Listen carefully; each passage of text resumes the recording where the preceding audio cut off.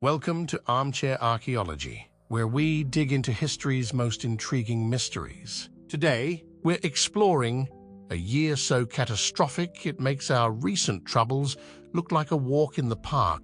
Imagine a world plunged into darkness, where the sun's warmth fails to reach the earth. Crops wither in the fields, and a deadly plague stalks the land. This was the reality of 536 AD. A year some historians call the worst in human history. But what made this year so terrible? Was it truly the darkest hour of our past? And could it happen again? Join us as we unearth the evidence, piece together the clues, and reveal the global calamity that reshaped our world. Stay tuned until the end for a surprising fact about how this ancient disaster might be linked to a beloved modern legend. The year 536 AD dawned unlike any other in living memory. Across Europe, the Middle East, and parts of Asia, people woke to find the sun obscured by a mysterious fog. This wasn't a short-lived phenomenon. The haze persisted for 18 months, plunging much of the world into a near-constant state of gloomy twilight. Contemporary accounts paint a chilling picture. The Byzantine historian Procopius wrote, "The sun gave forth its light without brightness, like the moon." During this whole year, in Ireland, chronicles reported a failure of bread. Chinese records speak of snow in the middle of summer. This global dimming had catastrophic effects on agriculture. Without adequate sunlight, crops failed on a massive scale. Trees barely grew, as evidenced by the remarkably narrow tree rings from this period found across the northern hemisphere. The average summer temperatures in Europe dropped significantly, initiating the coldest decade in the past 2,300 years. The immediate consequences were dire. Food shortages led to widespread famine. The weakened populations became more susceptible to disease. Political instabilities intensified as societies struggled to cope with the environmental crisis. But what could cause such a dramatic and widespread climate event? While natural disasters like volcanic eruptions or meteor impacts had affected regional climates before, the scale of the 536 AD event was unprecedented. It wasn't until recent years, with advancements in climate science and archaeological techniques, that researchers began to unravel the mystery of this catastrophic year. As we'll explore in the next segment, the answer lay hidden in the most unlikely of places: the frozen ice sheets of Greenland and Antarctica. The key to unraveling the mystery of 536 AD lay frozen in time, trapped in layers of Arctic and Antarctic ice. When scientists analyzed ice cores from these regions, they found significant sulfate deposits corresponding to the year 536. This was a smoking gun, or more accurately, a smoking volcano.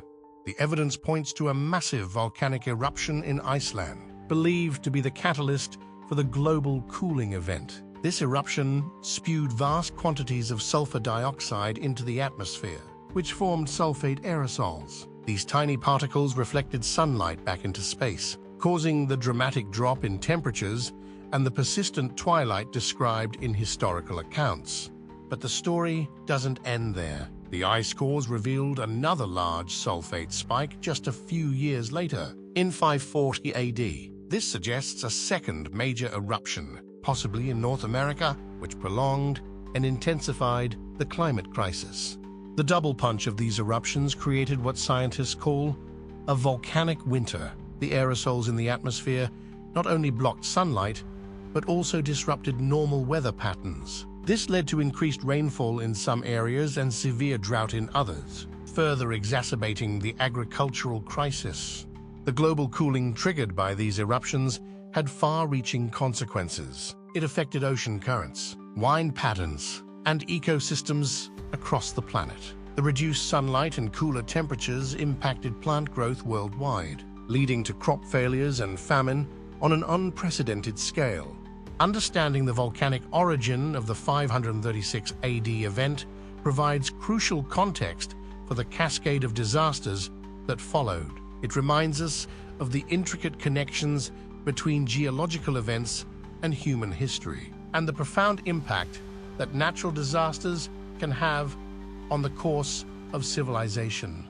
The Byzantine Empire The eastern continuation of the Roman Empire was at its zenith under the rule of Emperor Justinian I when disaster struck in 536 AD. The empire, already grappling with the ambitious Justinian's attempts to reconquer the lost Western territories, was ill-prepared for the environmental catastrophe that unfolded.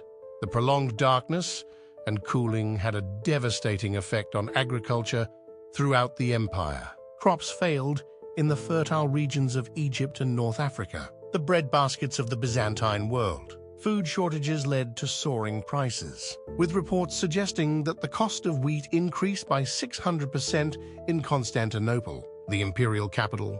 As famine tightened its grip, the empire's cities became hotbeds of disease. In 541 AD, just 5 years after the onset of the climate crisis, the first recorded outbreak of the bubonic plague, later known as the Justinian plague, hit the port city of Pelusium in Egypt. The plague spread rapidly along trade routes, reaching Constantinople in 542 AD. The impact was catastrophic. At the height of the outbreak, contemporary accounts claim that up to 10,000 people were dying daily in Constantinople alone. The plague decimated the empire's population, with estimates suggesting that up to 25 to 50% of the population perished. This demographic collapse had profound economic and military consequences. The empire's tax base shrank dramatically, crippling Justinian's expensive military campaigns and ambitious building projects. The army, weakened by losses and a lack of recruits, struggled to defend the empire's vast territories. The events of 536 AD and its aftermath marked a turning point for the Byzantine Empire. While it would continue to be a major power for centuries, the dream of reconstituting the Roman Empire was effectively ended. The empire entered a prolonged period of contraction and crisis, fundamentally altering the course of Mediterranean history. While the Byzantine Empire reeled from the events following 536 AD, Western Europe, still recovering from the fall of the Western Roman Empire, faced its own set of challenges. The prolonged winter and agricultural failure hit the fragmented kingdoms of Europe particularly hard. In Ireland, the Annals of Ulster speak of a failure of bread from the years 536–539. Similar accounts emerge from across the continent. The lack of sunlight and cooler temperatures led to widespread crop failures. Famine became a grim reality for many communities, weakening the population and disrupting the fragile social order that had emerged in the post-Roman world. The famine was followed by an even deadlier threat, the Justinian plague. Having ravaged the Byzantine Empire, the plague spread into Western Europe through trade routes and military movements. The impact was devastating. In an era without understanding of germ theory or effective medical treatments, the plague spread unchecked through weakened populations. Gregory of Tours, a 6th century Frankish historian, provided a chilling account. The plague infected the region around Clermont-Ferrand. People fled, but it appeared in Burgundy and Spain, taking many lives. The plague would continue to resurface in waves for the next 2 centuries. The combination of famine and plague had profound long-term effects on European society. Population decline led to labor shortages, affecting agricultural production and trade. Many urban centers were abandoned as survivors fled to rural areas. The power of the church grew as people turned to faith in times of crisis. These events contributed to the societal and economic changes that would define the early medieval period in Europe, setting the stage for the feudal system and the decentralization of power that characterized the following centuries. The catastrophic events of 536 AD and its aftermath weren't confined to Europe and the Byzantine Empire. In the East, the Sasanian Empire, Persia's last pre-Islamic dynasty and the Byzantines' great rival, also faced unprecedented challenges. Like its Western counterpart, the Sasanian Empire experienced severe agricultural disruption due to the climate crisis. The empire's heartland in Mesopotamia, reliant on sophisticated irrigation systems, suffered from erratic weather patterns and reduced crop yields. This led to food shortages, economic instability, and social unrest. The Justinian plague, which had devastated the Byzantine territories, also found its way into the Sasanian realm through trade routes. The dense urban centers of the empire, like the capital Ctesiphon, became epicenters of the disease, leading to significant population loss and economic decline. These internal crises coincided with external pressures. The Sasanians were engaged in costly wars with the Byzantines and faced increasing threats from nomadic groups on their northern and eastern frontiers. The weakened state struggled to maintain control over its vast territories. While the Sasanian Empire managed to survive the immediate aftermath of 536 AD, the events set in motion a chain of political and social instabilities. The empire never fully recovered its former strength. This long-term weakening was a contributing factor to the empire's eventual fall to the Arab-Muslim conquests in the 7th century. The collapse of the Sasanian Empire marked a significant shift in the geopolitical landscape of the Middle East and Central Asia. It paved the way for the spread of Islam and the rise of new powers in the region, fundamentally altering the course of world history. While much of our historical focus on the events of 536 AD centers on Europe and the Middle East, the impacts of this global climate catastrophe reached far into Asia, affecting civilizations from China to Southeast Asia. In China, then divided between the northern and southern dynasties, historical records speak of unusual weather phenomena. The Nanxi, History of the Southern Dynasties, reports yellow dust rained like snow, likely referring to dust from distant volcanoes or loess stirred up by altered wind patterns. Abnormal frosts and snow were recorded, even during summer months, devastating crops and leading to widespread famine. The climate crisis coincided with political instability in China. The Northern Wei dynasty had recently split, and the ensuing chaos was exacerbated by crop failures and food shortages. This period saw increased migration and conflict, setting the stage for the eventual reunification under the Sui dynasty decades later. In Southeast Asia, the events of 536 AD may have contributed to significant political and cultural shifts. The Kingdom of Funan, centered in modern-day Cambodia and southern Vietnam, entered a period of decline around this time. While direct causality is difficult to establish, the global climate disruption likely played a role in destabilizing this maritime trading power. Archaeological evidence from various sites across Asia shows signs of societal stress during this period. Changes in settlement patterns, evidence of malnutrition in human remains, and shifts in trade goods all point to a time of significant upheaval. The events of 536 AD serve as a reminder of the interconnectedness of human civilizations. Even in ancient times, a climate catastrophe originating half a world away could still have profound impacts on societies across Asia, demonstrating the global nature of this historic crisis. The story of 536 AD isn't just told through historical records. It's etched into the very earth itself. Archaeological evidence has been crucial in corroborating written accounts and providing new insights into this tumultuous period. One of the most compelling pieces of evidence comes from dendrochronology, the study of tree rings. Trees from across the northern hemisphere show extremely narrow growth rings for 536 AD and the years immediately following. This indicates extremely poor growing conditions, consistent with the described climate crisis. In Ireland, for instance, researchers found evidence of 15 years of poor tree growth starting in 536 AD.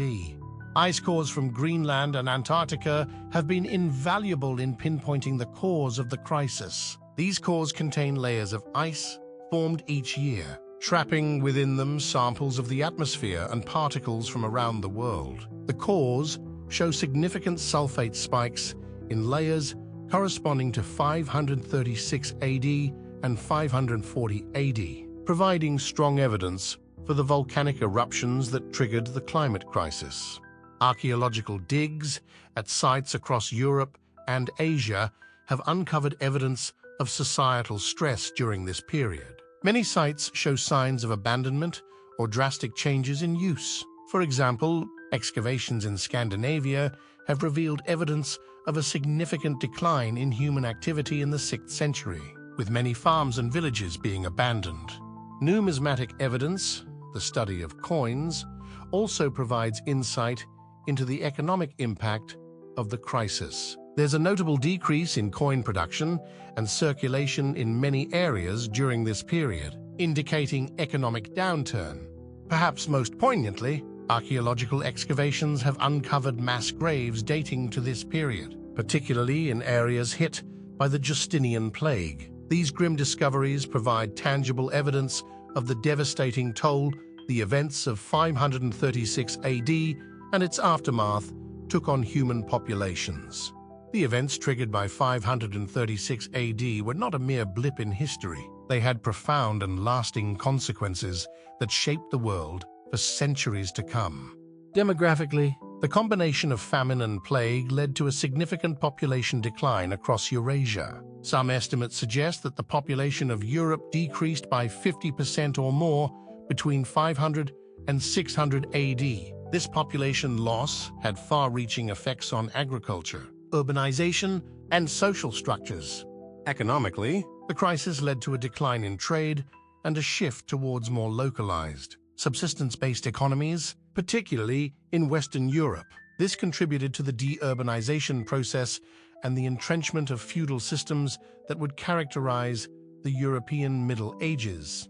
Politically, the events of 536 AD and its aftermath accelerated the transformation of the post-Roman world. The weakening of the Byzantine Empire opened the door for the rise of new powers, including the eventual Islamic caliphates. In Europe, the crisis contributed to the decentralization of power and the rise of manorialism.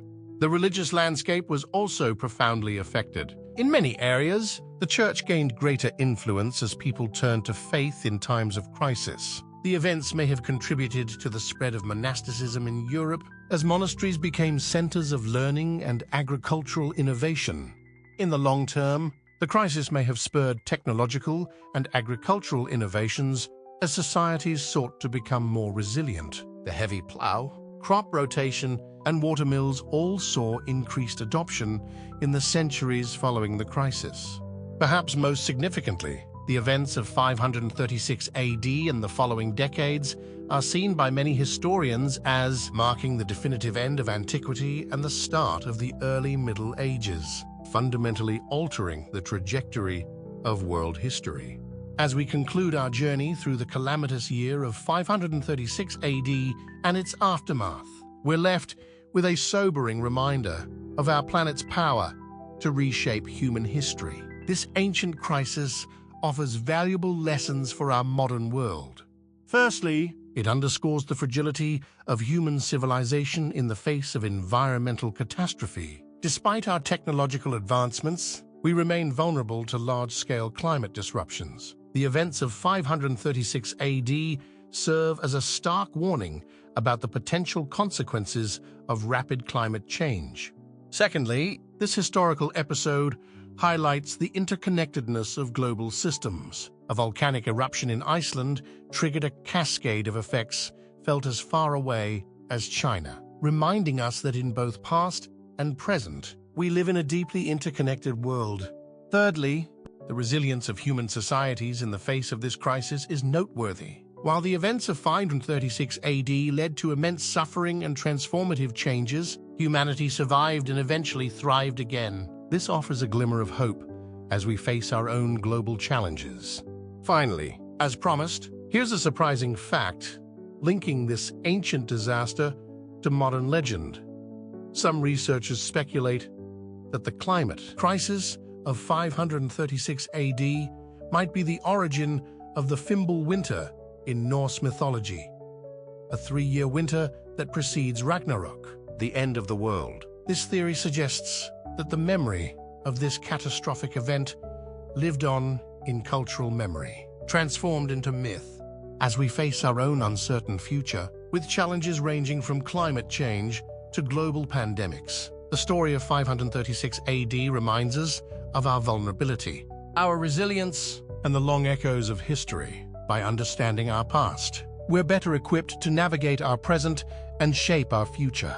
Thank you for joining us on this harrowing journey through one of history's darkest years. If you found this exploration of 536 AD enlightening, we invite you to support our channel, Armchair Archaeology, by giving this video a thumbs up and subscribing for more fascinating dives into history's mysteries. Don't forget to activate the notification bell to stay updated on our upcoming adventures through time.